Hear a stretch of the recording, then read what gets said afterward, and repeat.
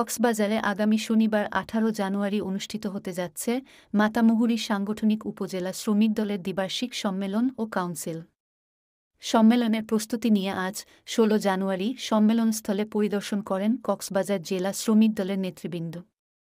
এ সময় কক্সবাজার জেলা শ্রমিক দলের সভাপতি এবং জেলা বিএনপির সহসাংগঠনিক সম্পাদক সাবেক প্যানেল মেয়র রফিকুল ইসলাম, সাধারণ সম্পাদক মোহাম্মদ কুতুবুদ্দিন কমিশনার, যুগ্ম সম্পাদক আলমগীর হোসেন বাবু, সাংগঠনিক সম্পাদক জসিম উদ্দিন, সহসাধারণ সম্পাদক মোহাম্মদ ওমর ফারুক, কক্সবাজার শহর শ্রমিক দলের সদস্য সচিব মোহাম্মদ হোসেন কালু, মহেশখালী উপজেলা শ্রমিক দলের সাধারণ সম্পাদক মোহাম্মদ সেলিম এবং মহেশখালী উপজেলা শ্রমিক দলের দপ্তর সম্পাদক মোহাম্মদ আরমান উপস্থিত ছিলেন।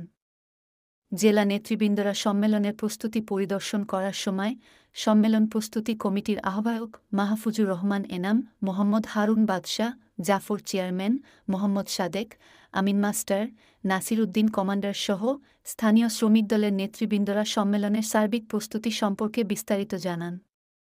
সম্মেলনের প্রস্তুতি স্থানটিতে সাজসজ্জার এক উৎসবমুখর পরিবেশ লক্ষ্য করা যাচ্ছে। ব্যানার, ফেস্টুন এবং গেট সহ বিভিন্ন প্রচারণার মাধ্যমে সম্মেলনস্থল সয়লাব হয়ে গেছে। প্রতিদিন আন্দোলন, সেই প্রতিদিন সংগঠন আর প্রতিদিন আন্দোলনকে বুকে লালন করে সমগ্র কক্সবাজার জেলাতে আমরা প্রতিটি উপজেলা ইউনিয়নে তৃণমূল পর্যায়ে শ্রমিক দলকে সংগঠিত করার জন্য আমরা কাজ করে যাচ্ছি।